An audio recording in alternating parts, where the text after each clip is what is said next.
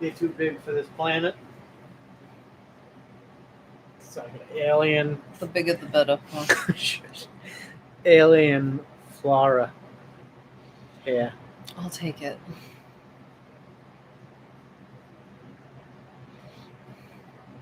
It's my way of returning to the jungle where I belong. I just don't want to be here anymore.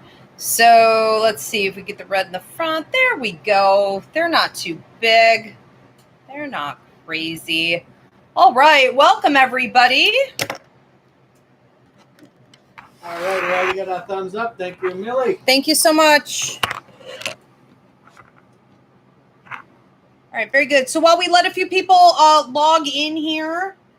What? Huh? So while we let a few people tune in here, I do want to make a couple quick announcements. For those of you who were interested in the Psychic Mediumship course, you're going to want to go get on the early bird wait list for that. We're going to start in September, and the seats do fill quickly. So go to psychicmediumshipcourse.com. We also announced, let's see, what do we have coming out today that we announced? Our psychic fair. We are back. Okay, so officially, everyone has been vaccinated. All of us, anyways, been vaccinated, and we're heading back out for public events. So it's been a long, long time.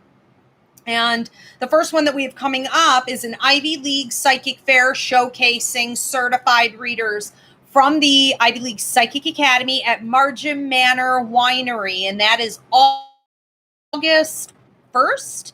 Okay, soon. So August 1st, we have that psychic fair going on. I will be reading. Paul will be reading. And we have a handful of other amazing readers. And so you're going to want to reserve your spots ahead of time, but I believe we'll be taking some walk-ins too. We also have vendors. We will be vending. It's a beautiful winery. And she has food trucks and a bunch of other things going on. So you can check that out at marginmanorwinery.com or on my website, Ivy Rivera, psychicmedium.com. What was the other thing that we announced today? Your tea. My Victorian teas are back as well. So at Margin Manor Winery, I'm doing my Victorian tea gallery reading with private reads afterward. And those tickets are on sale now also. What's the date? That is October 3rd. It's also a Sunday. October 3rd. Okay, very good. And then I also announced today I'm doing a fundraiser in, was that Niagara? Yep, Niagara Falls. Yep. Niagara Falls Cemetery? Oakwood Cemetery. Oakwood Cemetery. I know what's going on. So this beautiful cemetery in Niagara Falls called Oakwood Cemetery, they're doing a fundraiser, and I will be doing a gallery show in the mausoleum. Handle it amazing with private reads after. So if you want to reserve your spot ahead of time, what's the date on that, Polly? That is Saturday, October 2nd. Okay, Saturday, October 2nd. Check that out. Going to be amazing. I'm so excited about that one. And for more information on all of this, just go to my website. Okay, so you guys post your questions on anything. Psychic, mediumistic, empathic, spiritual development, paranormal, whatever it is. Do include names of anyone that you're referring to, living or deceased. It speeds up the process and it lets me get on to your neighbor sooner. Okay, Paul, do you need anything from them? No, but I do want to point out that right below the chat, we do have a donation button. So if anybody's so inclined, those are more than welcome. It's the little $sign next to your emoji button. Very good. Donations are appreciated, folks. Yes. All right, so welcome everyone. I'm Ivy Rivera. I'm a psychic medium, a Taino Arawak, and I run a school called the Ivy League Psychic Academy, where I train people internationally, online, and everything ranging from psychic mediumship development to astrology, numerology, tarot, Reiki, you name it. We do it, children, well as adults, so we hope to see you there for classes. If you're interested in some free mini classes, I have been putting out in the playlist a bunch of those since the pandemic hit. So you can get caught up on some of your spiritual development. And this is my Wednesday weekly show called Ask Ivy, where I take your personal questions. Please, everybody right now, hit that thumbs up button. Give this a like. And if you guys would like to subscribe, always appreciated. If you want to join to become a member for behind the scenes extras, direct spirit messages, your monthly horoscope, extra curriculum, you can hit the join button, look at the different tiers of membership and see if that works for you. Paul, my adorable producer, will be taking your questions. How are you, Paulie? Great, thanks. How are you? I'm good. And do we have any coming in yet? Oh, tons. Okay, perfect. Who's first? Okay, let us start with this one here from Andrea. Andrea? I'm wondering if there are any messages from my grandma Agnes. Okay. So when I go over here with Agnes's energy, I feel like she's actually been keeping quite a close eye on you the last 3 days. So you may have been noticing, she's showing me birds, red birds also. I feel like watching the sky, and it's like this bird is coming in and it's awfully close to you. I think that she's been keeping an eye because you're going through a bit of a process right now of letting some things go. She said putting things down. And that to me feels kind of stressful. From your perspective, you may be having a difficult time saying, let go, let God. Or I've done my part, I'm going to detach. Or, okay, I've done everything I can. That's my responsibility. Now I have to let go of it and just see what happens. And she wants to help you through that process because it's reached a point where you're almost like a hamster on a wheel. You're kind of treading water. Okay, so there's no point in wasting time. There's no point in wasting energy. She says there's no point in wasting on worry. So don't worry about anything. You do your part and you let go of the rest. Okay, she loves you very much. Okay. This one is from Rebecca. Rebecca? Yeah. How is my mother Ula's health? Is there anything I should be concerned about? Well, I can't prescribe or diagnose. I can only tell you what they're showing me and what I'm getting from her through like a body scan. But I don't think that it's necessarily something she would be bringing to you. And I think that until that happens, you're just going to have to sort of stay in your place. So it's not about worrying and it's not about crossing that boundary line. It's more about allowing for this process to unfold and reveal itself. I do feel that she has a couple different things going on. I am watching the lower stomach region and the organs, and I'm watching things like blood pressure and the blood flow. And so you could say that we're talking about the heart, but it has more to do with the way the blood is getting through the body and getting what the body needs through the body. Okay, so it's kind of the same thing, but I think that one of the things she may decide to address is dizziness, a sense of feeling discombobulated or like having trouble focusing. And when that happens, if she is allowing you to be part of that process, I think that's the type of thing that you could get the upper hand on and assist her with. And that wouldn't as much be about reversal as much as it is going to be about maintenance. Okay.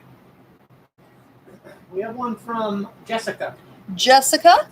Does my deceased grandmother, Buenaventura, have any messages for me about my marriage and what I'm going through right now? When she comes in, she has a strong dominating energy, but she doesn't say a lot.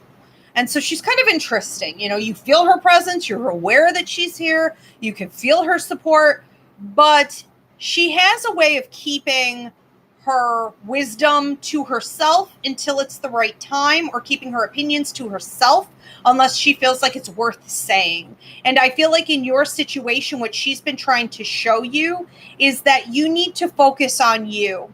You need to focus on what is your responsibility, what you could take accountability for, and how you can feel more secure.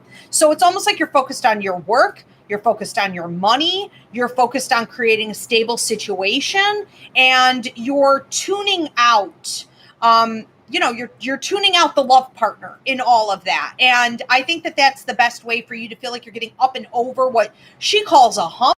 Okay, so the way I saw it psychically was more like a mountain, like you're trying to get to the top of this mountain, and you don't have clear perspective until you're up there. You can't see the landscape. All you know is that you're suffering and you're climbing and it's really hard, and you may feel like up there.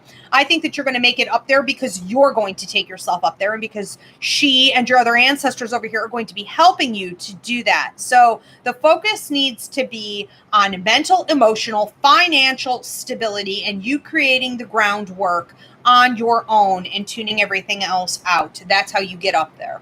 And then you'll know more once you're up at the top of this mountain. Or she says, over this hump. Okay? Okay.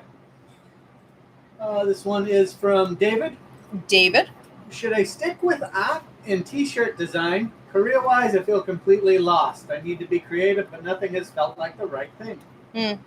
Art and t-shirt design almost feels like two different things. So I'm just going to respond to this however your work and money guide is giving it to me. You also have a grandfather who comes through who would have been artistic himself, and a grandmother who comes through who would have had the ability also, but she used it more than what he did. So it's in your bloodline. I don't really know that you can escape it. I think it's exciting. I just think that you have to find the right niche. You know, you have to find your groove in all of this. And I think that if you were to focus on different ways of putting your artwork out there and get away from this idea of t-shirts or it being one specific platform, that you would find it's flowing a lot more. So sometimes what you seem to be doing is getting tied up in a cycle or having this in the box type of thinking, and you're not allowing yourself to flow creatively and artistically. These two are trying to help you with that, but I think it would also be wise for you to start tapping into something called automatic writing with your joy guide and your work guide alongside you. So allowing yourself to write words or images, you know, symbols, anything is going to allow you to almost journal out what it is that you're actually supposed to be doing. And it will inspire you in a few different areas. I also see coming up here over the course of the next 4 months, an opportunity opening up where people may say, I want you to come and present what you do here. Okay, and so that could also lead to some other things. Technically, this falls in your free will zone. If you're not being very sociable, you're not talking to enough people about your art, it feels like it comes from a female or someone with a lot of feminine energy. I think it's important to get out there more around this time. One from Janice. Janice? I have a social media stalker and am having anxiety. Can you see who it may be or a zodiac sign? I need clarity. Thank you. This is just a creepy man, and like, you know, I understand. I have them literally on every account I've ever had, and sometimes it gets really brutal and expensive to deal with. I don't feel like your situation's going to be that bad. I think that you're going to be able to, so I don't know if you don't have like business accounts and things like this, so you can't really do any real damage. It's just a nuisance, but that's how it feels, is like this person is a nuisance. I also feel like the more you feed it emotionally, energetically, you know, talking about it, thinking about it, I feel like that's what this person wants. And so you want to cut off that food source energetically. And I think that this isn't necessarily someone you know, but it's someone who definitely knows you and has been watching you. And I feel like this is someone you know, like through technology, okay, not in your organic life. I want to say getting an M sound in the name, so possibly like a Michael or a Matt is the real name, a D in the last name, almost like a Davidson, something like this. Or it's almost like I'm hearing Robert also, Robertson. So MDR in the name, R I think being the middle initial, and this person seems to have scruff sometimes, like gray hair parted here on the side, pretty balding up here, overweight. Yeah, just a creeper, just your typical creeper who has nothing else to do but hack and annoy and try to get a rise out of you. And so the last thing you want to do is give it any mind, you know, just basically it's like swatting a fly, you know, and it's like when there's one fly, there are usually others. And so if you could really just track it down to this one person, at least it's not that bad, you know, just treat it like it's something you can report and let go of. Okay. All right. This one is from Megan. Megan.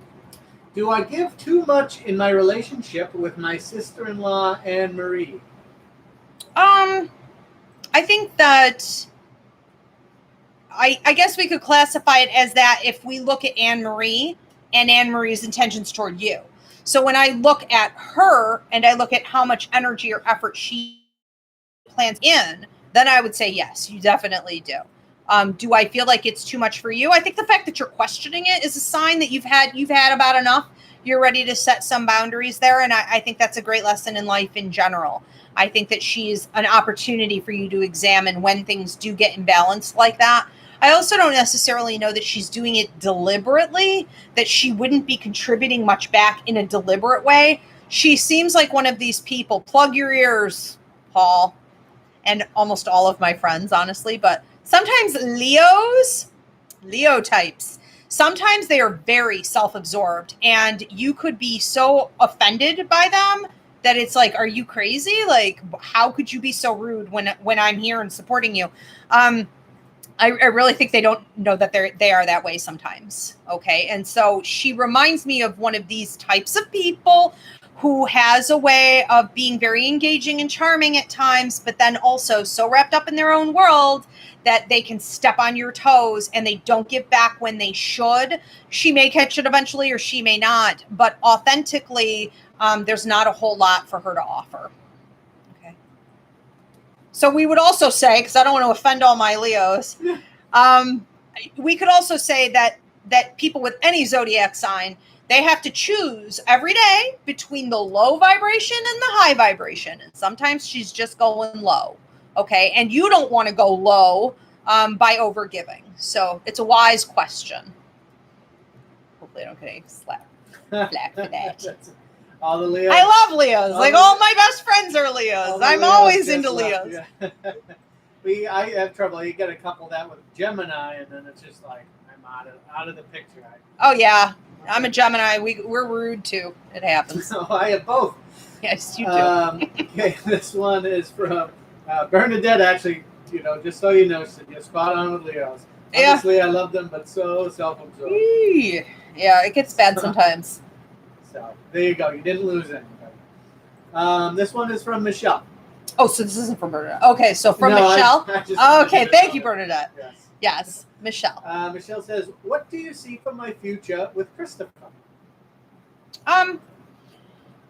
Christopher seems really into work for a while. And so it's all about career. It's all about work. It's all about getting in that groove and making sure that this turns out the way that I want it to turn out.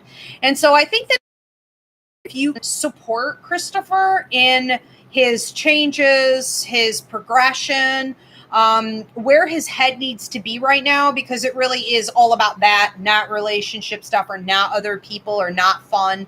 It's nose to the grind time. And I think that if you can be there for him in that way, that you would down the road be able to feel a greater connection.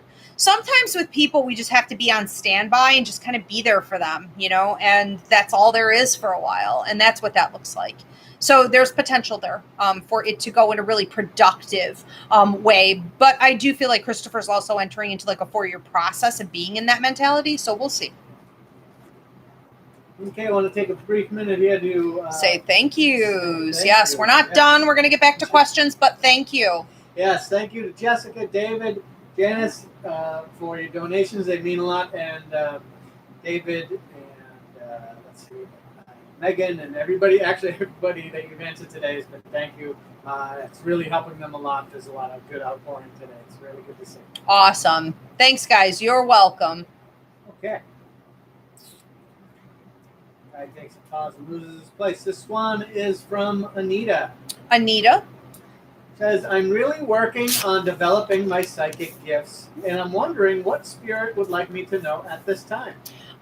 So when I see you working with your psychic ability, I see flipping cards and playing games with cards. So this could mean that you're getting yourself into tarot or different kinds of tarot decks, things like that. But in particular, these games that I'm seeing, these are games I work with my students on to perfect their, clairvoyance in particular. And so I feel what Spirit wants you to do is to focus on making predictions accurately, narrowing down, almost like polishing your accuracy rate in things like timeline and detail and specifics on who you're referring to. So one of the tricks I have my students do, it's not a trick, it's a lot of hard work and they hate me for it, but one of the things I make my students do before they can get certified is to be able to give 3 pieces of ID on every human being they talk about, living or deceased. If you can't give 3 pieces of ID on who's talking, you're not reaching the depth and you could be talking about someone else. So it's sort of like perfecting detail in areas like that. The other thing I offer viewing exercises and games. So being able to like travel into someone's house and tell them where everything is, being able to, work on maybe a criminal case or a missing persons case and be able to go to that location and see what's actually going on. These would be good places for you to concentrate on for a while, because based on the client base that's coming up for you and the work that you have to do in the future, we want to polish up these skills. Okay. This one is from Lexi. Lexi. Do you see me meeting any soulmates with romantic potential in the next 2 years? Well, that's a tall order. Let's see. Soulmates with romantic potential in the next 2 years? That's a very tall order. You're pushing your luck there a little bit. I mean, we get about 5 to 6 soulmates over the course of our lives, and they're not all romantic. So, in 2 years, no, definitely not. I do feel the potential for one to be crossing your path the 3rd year out. And I think that this one will be a romantic partner, but there are also some karmic lessons mixed in with this. And so I think it's going to be really important for a while to just focus on yourself, focus on your work. But to understand that sometimes when somebody comes around and it's very, very dynamic and you feel that passion, you feel that comfort, like you've known each other forever, you feel like you're picking up right where you left off, it can also mean that it has to be handled delicately and that there's a lot of eruption, that can happen there. So there will be some lessons involved in that as well. It's not going to be the easiest of the soulmates that you meet, but I do feel that you're going to really enjoy, exploring with this person. So yes, but not in that time frame. Good. Okay, we have one from Aaron. Aaron? Yeah. I was wondering if you can tell me the significance of seeing 9/11 on the clock every single night for the past week. Oh, for the past week? Oh, I thought you were going to say for years, because that's just a trauma response a lot of us have from being in 9/11. So horrible. But okay, so for the past week, let's take a peek.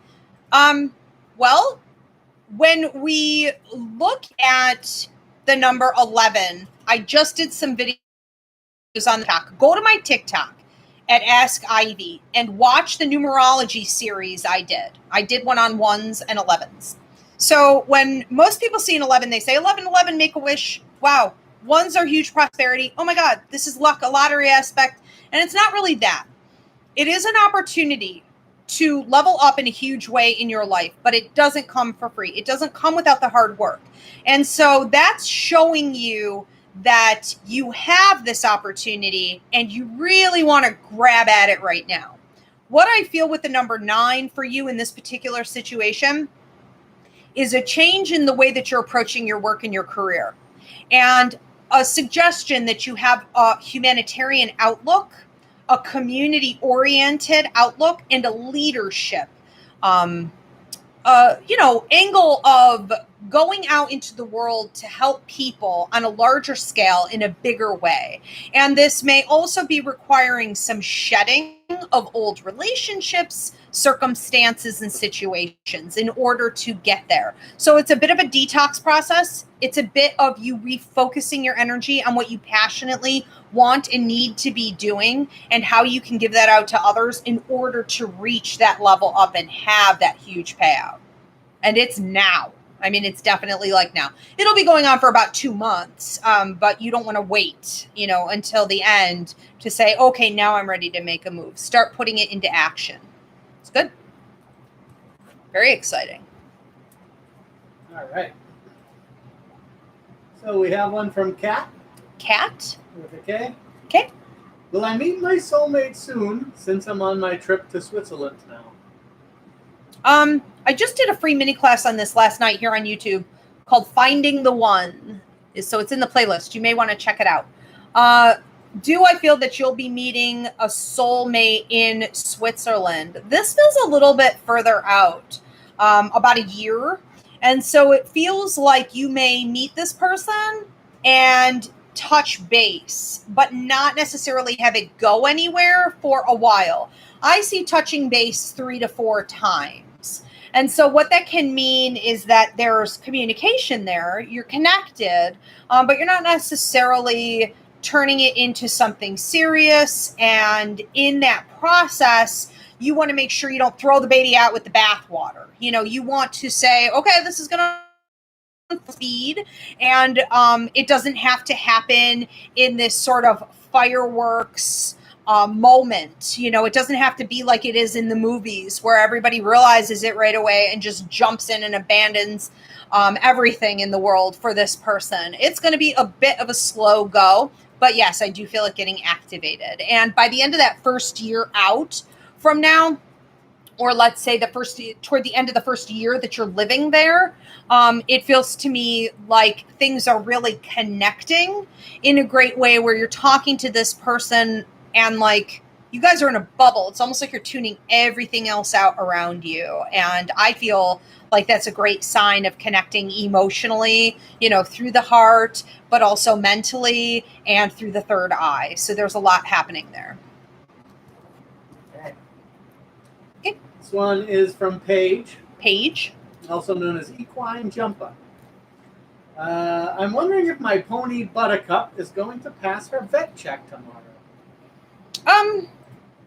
I think so, but there's some talk of the feet, the hooves, I guess. I feel like there's some talk of the lower part of the body. And so we're going to watch from like the hips on down and see whether or not something comes up in regards to whether it be like a medication or something you have to watch for or something you have to like train her in. I don't know if I want to call it like a rehabilitation exactly, and I can't prescribe or diagnose, but it would almost remind me of physical therapy in some way. And I think that we do have to maybe look at something corrective a little bit. So yes, I think so, but I do feel that also coming up at some point. Okay, we have one from Bernadette. Bernadette, for real. Sorry I tricked you with that.